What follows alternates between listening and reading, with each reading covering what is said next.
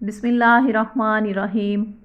حضرت ابو امامہ رضی اللہ تعالیٰ عنہ بیان کرتے ہیں، میں نے رسول اللہ صلی اللہ علیہ وسلم کو فرماتے ہوئے سنا، قرآن پڑھا کرو کیونکہ وہ روز قیامت اپنے پڑھنے والوں کے لیے سفارشی بن کر آئے گا۔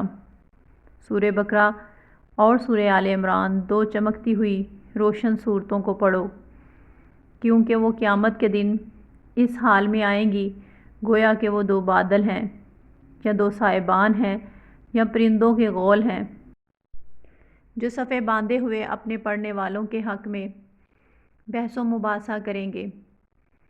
سورہ بقرہ پڑھا کرو کیونکہ اسے حاصل کر لینا باعث برکت اور اسے ترک کر دینا باعث حسرت ہے، اور جادوگر اسے حاصل نہیں کر سکتے۔